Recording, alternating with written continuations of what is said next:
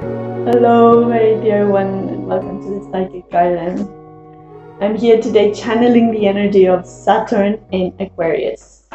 So let's see, I'll do a quick introduction and then the reading. That's my dog playing around, if you can hear her. Timestamps for both are placed below in the description box. Okay, Saturn in Aquarius. Well, this introduction is going to be just about dates and timings that you might want to take a look into. Saturn entered Aquarius on March 20th of 2020. Yeah, and actually March 22 of 2020, and then stayed there for a while. Made an exit in July, came back in December. So it was in Capricorn for a few months, and then from December 2020, it has been traveling through Aquarius, and it will exit Aquarius on March 7th. So in a couple of weeks, as I'm speaking now. This is, of course, a timeless message. The energy you are receiving is the energy that it's being channeled when you listen to the reading. So look into what happened in your life around March 2020. Of course, the pandemic affected all of us collectively. And actually, Saturn in Aquarius invites us right now to look on how we reshaped both collectively and individually. And this is what I want to look into. So, yeah, what were the decisions that you made for yourself when the pandemic was affecting us? How the pandemic affected you as an individual, and by seeing all the social movement that was going on around you, on this revolutionary process truly of change from night to day, from one day to the next, basically, almost.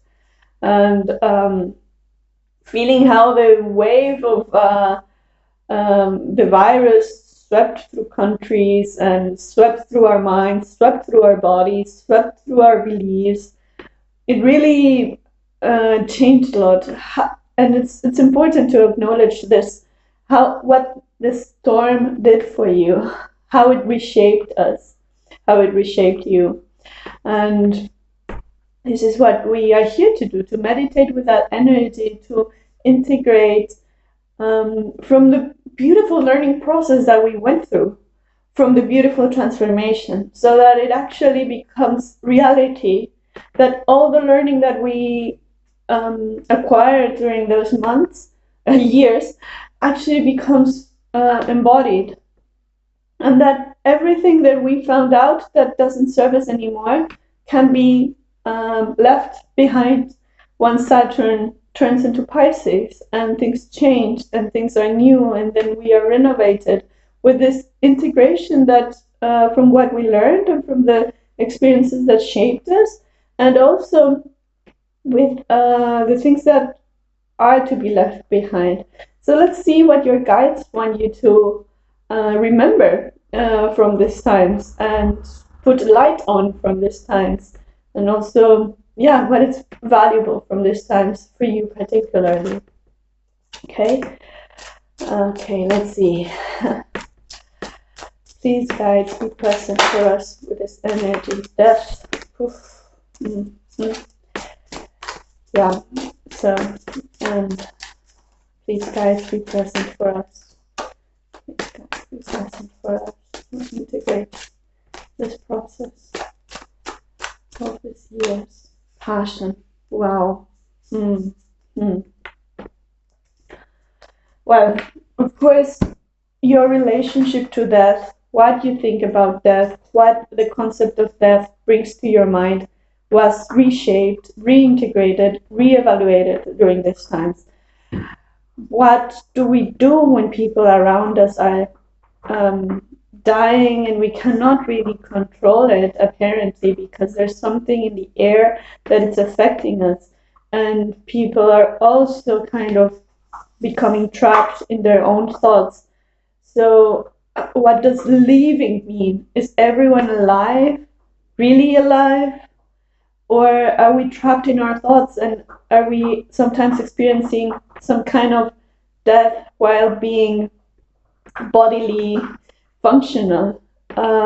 These are questions that went through your mind and that are important for you to acknowledge. This is not my story. This is completely about you. These are ideas that channel through my mind. So and I'm talking, yeah.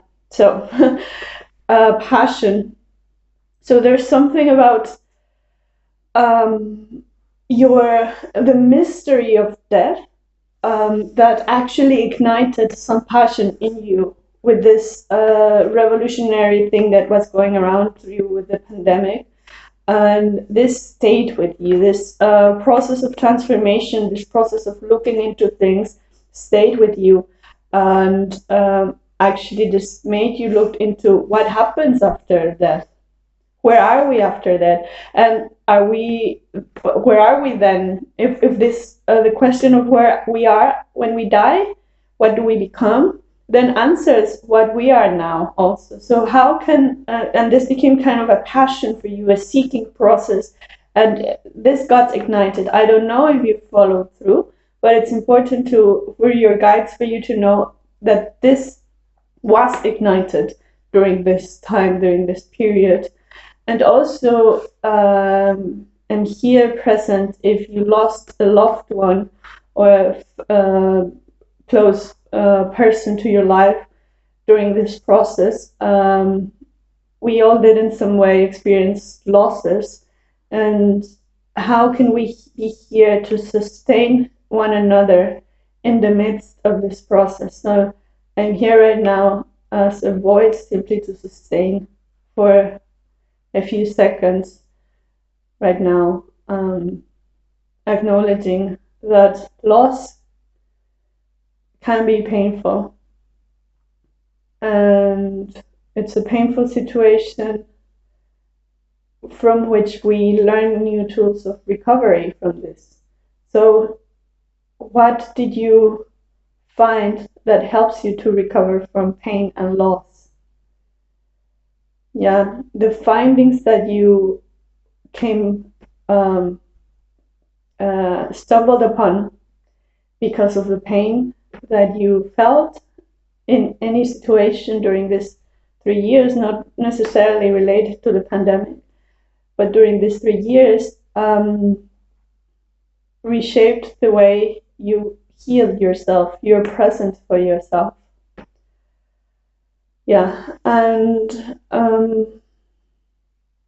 I was also channeling another message right now that the pandemic, the situation, the global changes were not the main stage, but they reshaped your receptive body so that whatever was happening to your life was in some way affected by this reconfiguration of your energy body. So it's like your energy body went through a reconfiguration because of this social wave, and then how you encounter things, how you feel things, how you relate to others became different, and you simply went into a process of rediscovering who you are. Like also with these two cards, with these colors, it's you recognize that after dying you're reborn.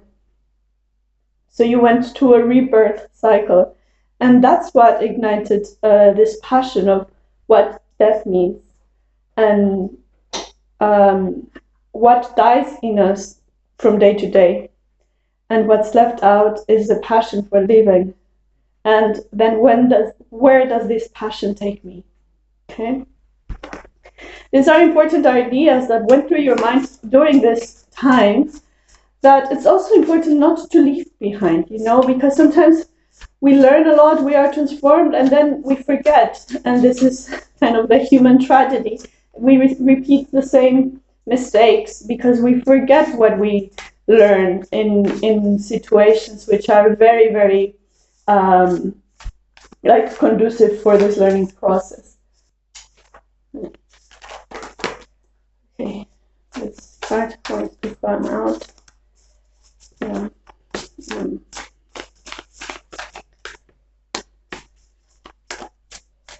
Please, guys, thank you.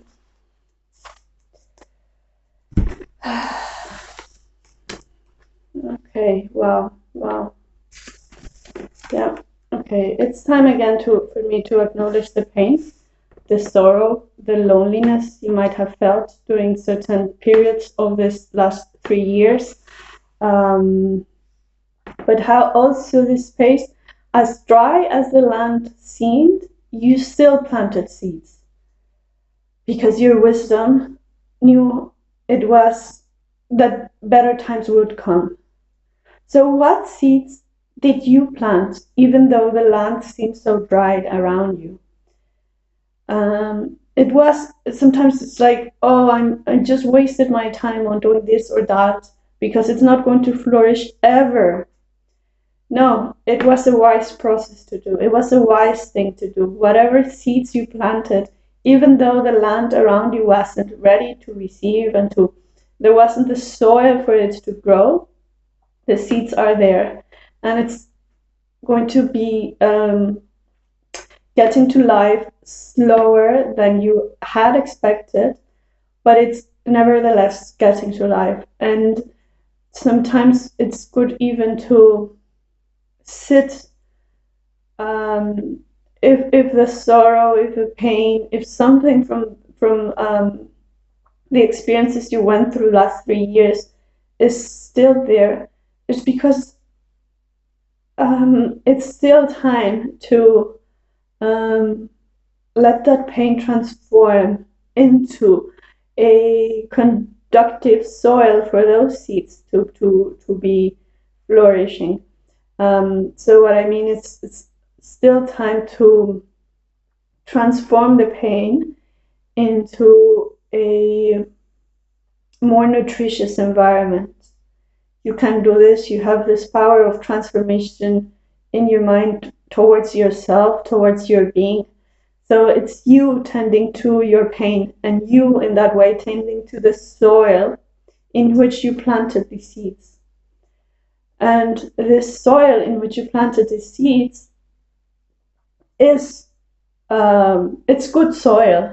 It's not, yeah, it's good soil. And actually, when you sit with it, and acknowledge this pain, there's a beautiful chemical process within you that it's literally like the soil, it's being watered by your own tears, and you don't have to like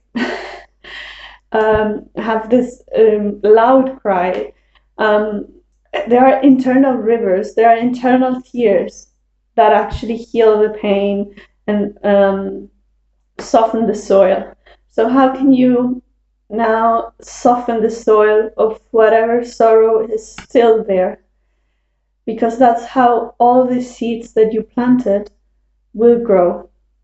And it's very important, again, for me to repeat, that it was very wise for you to plant these seeds. It's not a waste of time. You did the wise thing to do. Your reactions to what was going around you in every part of the process was wise. And because also, even though you are wiser now and you see that you made some mistakes, these mistakes were the ones who led you to the wisdom in which you are now. And it's a wisdom process. The 3 last years was a wisdom acquiring process. Wow. Of course, Saturn in Aquarius brings that, right? This is, yeah. Okay. Let's see what the tarot has to say for you. Please, guys, be present for this beautiful being on their journey to have a stable and abundant journey moving forward. 2 of Swords. Amazing. Wow, Sun. Amazing. I'm going to take see how many cards want your guides for me to take. And one, okay. This is the 8 of Wands and 9 of Wands. Okay. So it's very interesting that the 2 of Swords, it's again above the Sorrow card, which is above the Death card. This process of transformation involves how you also integrate this pain with your body, with your nervous system. This is how, where you feel sometimes that you are stuck in. There's something in your mind that hasn't been moving forward as fast as you would like. But it's also like the time for sitting there for it to move forward. And that's something that you can or might be uncomfortable with at some moments. Like, am I doing really something by just sitting around and feeling these feelings and acknowledging this pain? Yes, this is what the whole process of transformation is about. And there's the Sun card right afterwards to confirm that. That also, when you're sitting in the pain, when you're sitting in the sorrow, when you're sitting in this type of dark places, if there wasn't light, you wouldn't be able to see this darkness, the dark places, the sorrow, the pain. So it's important for you, when you see the pain, to see what is illuminating the pain, right? And then acknowledge that there's a lot of light that not only has been there all along, but that is shining brighter and brighter and brighter. What is this light? And how you recognize it at every point in your life, in your journey. 9 of Wands. Yes, this collective pain. So there's pain that comes from your own life experience, and there's the collective pain that kind of got awakened in your heart. Like, you noticed how we are all connected, and then how the pain of others is affecting us. Like, we are all living in some way the pain of everyone around us, and it's not just an idea. It became a reality, a truth for you. You felt it, you experienced it, and then you kind of stepped into the position. Okay, now I need to heal everyone around me, because this is so much pain that we need to transform now. And I have to do the best I can to help everyone, so that we all heal fast and together, and that we are in 2 years all happy and settled and forever and ever. So this was some kind of very wise and passionate thing to do. You with your wisdom, you realize this, because it's true. It's true, we are all connected. It's true that the pain of others is not the pain, not only theirs, but it also has to do something with us, and there's something we can do to help and heal this collective pain. And that's wise. Yeah, but don't make it then your own, right? Release the struggles that are not yours. And this is the challenge, right? To at some point say, okay, up until here, this is all that I can do. For someone else, for example, who's going through a loss, a painful process, and you're there present for them. But they also have to do the work. So how do you found ways to have boundaries, even though you're open to feel what the others are feeling, to be there for the others when they are going through difficulties? The next step is, where does your power, does your force, does your energy influence end? And when does the other start? And where does the other has to do the work, and it's your time to release? And how this releasing process can be again painful for you, because you wished actually that like we would all be better, right? Happier, joyful, in harmony. And so releasing again takes you to this kind of your own pain part. There's something painful about losing this vision that you have for another person to be somewhere in their life, in their journey, and then you have to sit with the pain of acceptance. So certainly a lot of wisdom brought this Saturn in Aquarius for you, and Ace of Pentacles. Beautiful. Wow. Yeah. And wow. Yeah. And I was actually going to align this because this came first. Okay. I simply love this. So yeah, the seeds you planted are here, will be here, are present for you, you're still planting more and more and getting more and more, right? It's still time to continue the new seeds. What new seeds do you choose to plant now? So you planted this, they are there, they are being taken care of while you take care of the ground and so on. And now you're kind of finding new seeds in this, when Saturn makes the transition in this ending point of integration, you're also finding value in new things. So new things, new ideas, new projects are going to come to you, are going to be present in your life, are going to present to you, and you decide how you take care of these new situations. But it's important for you to be aware of the newness, and even though, yes, make time for the pain, make time for the sorrow, make time for the soil, for the past seeds, it's also time to receive the new ones with the Empress here. Receive the new ones, enjoy the newness of life, enjoy the newness in your life right now. How can I honor and thank the old me, but at the same time feel that I'm a new being, that I have the right of having new ideas, of being reborn now, of having new movement, and of receiving a new type of energy, so that I can now feel inspired and work with that.